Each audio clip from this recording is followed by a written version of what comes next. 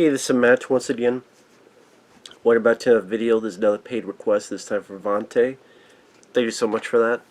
And for those interested in requesting pretty much any type of videos, topics, reactions, commentaries, reviews, re-reviews, what have you, feel free to send it either directly to my PayPal or join my Patreon. Both links are down below in the info box under the video. And yeah, I apologize, still a bit under the weather, but I'll do my best. Vonte wanted me to talk about the 1999 film South Park, Bigger, Longer, Uncut, which there's not many features on the Blu-ray. There's just a commentary from Trey Parker and Matt Stone. Now, I said this before, I didn't grow up a whole lot with South Park. I remember watching some episodes and not really caring for it, but always enjoying the movie. But it's thanks to another guy, Edward, that I've been slowly watching season by season of the show and have grown to like and appreciate the show. And there's quite a few episodes I've enjoyed. There's some entertaining characters. There's some pretty fun set pieces. When they go after certain celebrities or certain things, sometimes it's okay, dude, it's a bit much. It seems like just a personal grudge or something, and you're spending 20 minutes on it. When you spend it more on your own characters, I think that's when they hit a bit more of the gold, so to speak. And really enjoyed the character Butters, which... the thing is, this movie was made so early in the show. Butters is not even really a character in this. He appears like twice with no dialogue. And this is before like Mr. Garrison was a woman. This is before a lot of stuff. And yeah, I forget how early this was when the show was on. I'm trying to remember what season it followed. I don't know if it was the second, third, fourth. This is when each week they were killing Kenny off, and you killed Kenny, you bastards. That was a motif. And from what I understand, when they did this movie, they thought this would be the last thing of South Park. Because I guess I listened to bits of the commentary. They were not fans of the second season. They thought it was, okay, that was a bit of a downward slope. And then they thought, well, you know what, if this is the last one, so be it. It does make it seem like a finale when you get to the ending of it. And also they wanted to give a big sort of middle finger to the MPAA, because MPA had messed with them in a lot of movies, Orgasmo, other stuff. So they made a movie about censorship. I'm surprised they didn't just make the MPA the bad guys in this. I mean, they've done it in other stuff, but instead it's this group of parents who...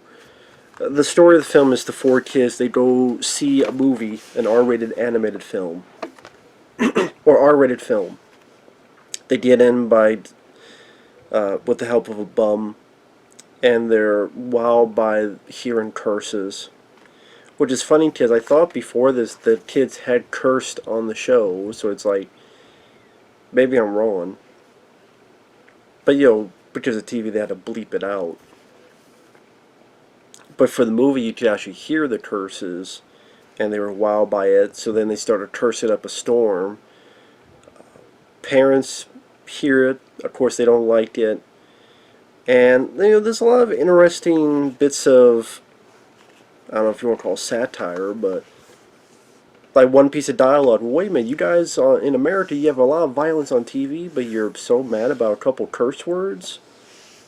Even by the end, like there's war and there's bloodshed and there's Canada versus U.S. forces. So all this violence because you couldn't handle a couple curse words. So the whole irony of it all. But it's a whole take on censorship. Even Kyle, who tries to stand up to his mom, this mom here, he's like, why didn't you just talk to me? I'm the one who went and saw the R-rated movie. I'm the one that made the mistake. Like, why didn't you talk to me and blame me? So you have mainly the Cartman, Eric, and Cartman, Eric, Cartman, Stan, and Kyle dealing with that while Kenny has been killed. He's in hell. He sees Satan, whose boyfriend is now Saddam Hussein, and Satan is like a pushover, and Kenny's trying to talk to him and get Satan to stand up for himself. Saddam Hussein, of course, is the bigger villain.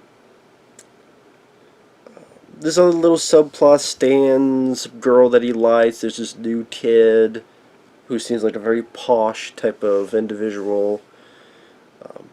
The kids create la resistance to try to battle their parents. Cartman, because of his cursing, he gets a V chip put inside of him, so when he curses, it gets shot. And it's a musical.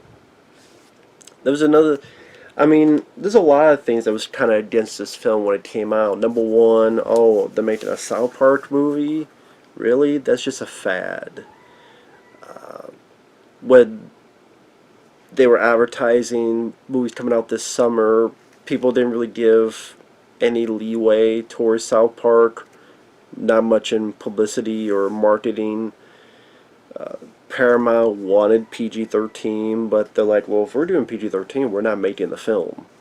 Because the whole point is to go even, to push it further if we're making a movie. And then it's like, oh, we're also making it a musical. Again, it's R-rated. But you know what? Again, this was a very entertaining, funny, and in a weird way charming movie. And I say charming because I'm not a big musical guy. There are some musicals I liked. Little Shop of Horrors, among others. Rocky Horror Picture Show. But it's actually an enjoyable musical because the songs have a charming, catchy quality to them. Whether it be the opening, where the kids are talking about their town.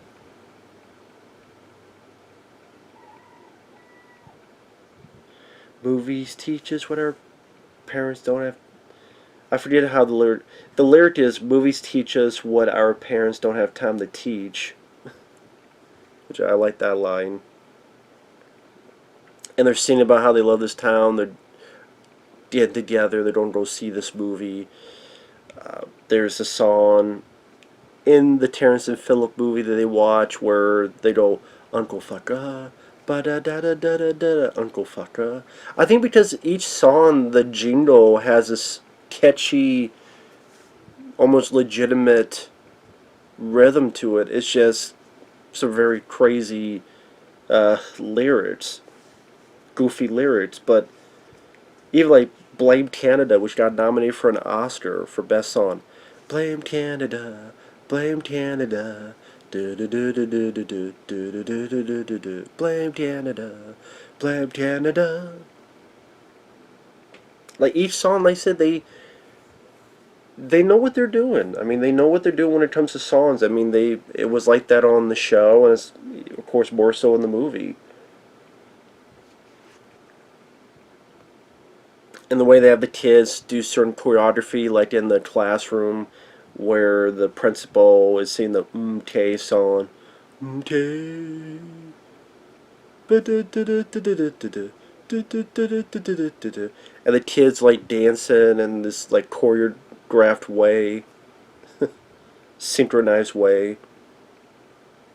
Probably the song that caught me off guard the most when I first saw this was That's what Brian Boitano do if he were here right now. I think he'd kick an ass or two. That's what Brian Boitano do. Because again, the rhythm and the music and the motif has a certain, yeah, let's go do it, let's get this done.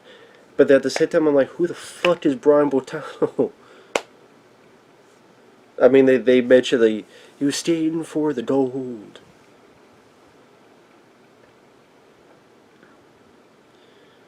It's just funny, like, to make it.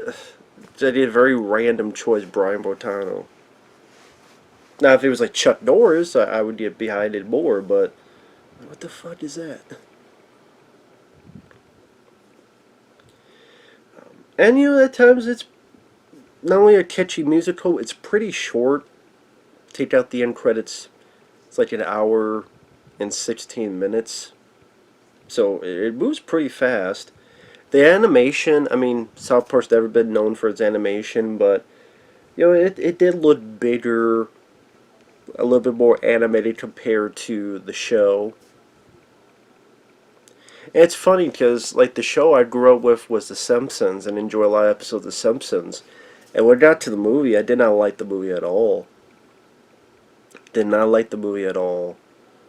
There's a couple moments that made me chuckle, but overall, just it felt like just a tired story. And on the flip side, this felt like a breath of fresh air.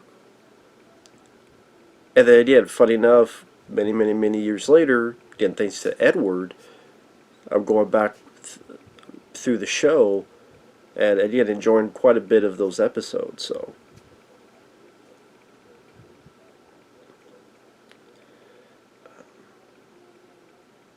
I mean, funny bits in the movie,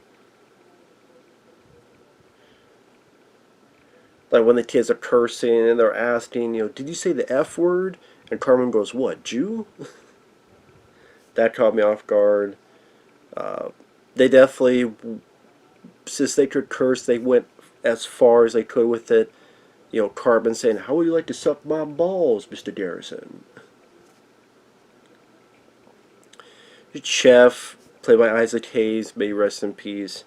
He accidentally mentions the clitoris, and Stan's like, what's that? Oh, never mind, children. And so Stan wants to make this girl, Wendy, I think her name is Wendy, happy, and they don't know what the clitoris is. Chef says I have to find something called the clitoris. And Cartman goes, what, is that like finding Jesus? Yeah, I thought that was funny. But it is about censorship, freedom of speech, the whole plot line.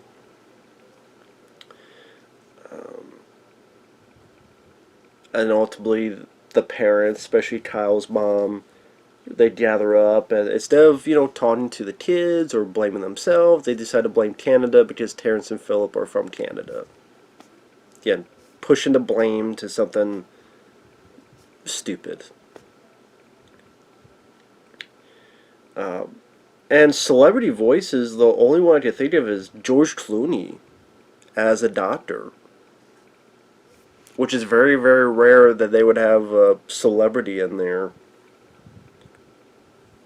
But I guess for understand, George Clooney is one of the guys that helped these guys out back in the day. There's like a South Park South Park tape. Was it Spirit of Christmas or something? It got passed around and helped them get a deal at Comedy Central. And I guess George Clooney was one of those guys that would pass the tape around. And that's why he voiced a gay dog. And then he voiced a character in this. And I know they made fun of him in Team America, and George Clooney's like, well, I would have been offended if they didn't make fun of me. So, George Clooney seems to take it in stride.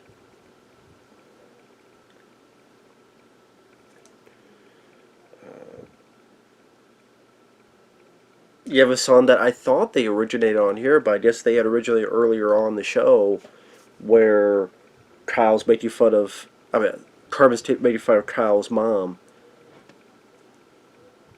So I did, for some reason, I always thought that was strictly in this movie, but again, rewatching the early parts of the show, I believe it originated, I think sometime in season 1, I believe, I could be wrong. Kyle's mama, big fat bitch, and all right road.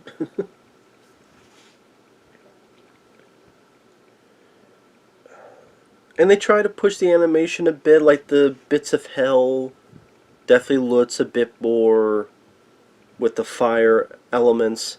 It's especially for the time, especially for South Park and the usual stuff. It definitely looked like a bigger set piece compared to the show. Uh, the whole war between U.S. and Canada. The what was the other thing? I'm trying to remember. God, there's some, oh, when Cartman's cursing, and Satan and Saddam have brought back to Earth, and Cartman, he got electrocuted, and now when he curses, you shoot electrical bolts, so he like curses himself in order to charge up, and it does his jump, and the camera does like a 360 pan around him, and he shoots it out to hit Saddam. That was a nice piece of animation. And like I say, the way it ends, it does feel like a finale where, yeah, this big event, Kenny wishes things to be back to normal, so a lot of people didn't die. Cartman helped save the day because of his potty mouth. Cartman definitely helped save the day. Kenny made the ultimate sacrifice, so everybody's happy, and Kenny's shooting up to heaven. The end. Okay, this is Kenny finally dying, and he did something good, and he's going to heaven. Cartman saved the day. All this other stuff. I mean, in the background, you have like Big Gay Al, which I don't know if he popped up later in the show, because he was in the earlier episodes of the show.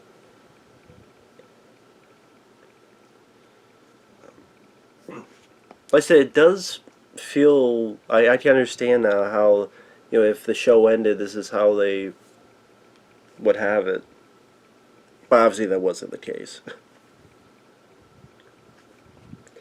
I mean, in retrospect, it would have been nice if this was after Butters was a character, so Butters could have been in it. Well, he's in it, but could have been used more. They even mentioned in the commentary, like, it's so weird, this is like the definitive South Park, and we don't even have Butters. And don't have him get any lines of dialogue. Definitely shows how things have changed. Yeah, this is a film that surprised critics too, because critics, they enjoyed it because it's funny, and I think because it's smart. I mean, I don't like the Terrance and Phillip stuff with all the fart jokes and all that stuff, but it's meant to be the lowest of lowbrow humor, and there's a difference between taste and, oh, sorry, that's censored and you can't see it because of blah blah blah. It's all dependent on taste, and I understand a parent not letting their kid watch that type of film when they're too young. I can understand that, but I guess the fact how overblown they take it, and they blame Canada, which Canada had nothing really to do with it. It's just you be a parent, and as Kyle said, why don't you just talk to me? I'm the one who snuck out. I'm the one who saw it.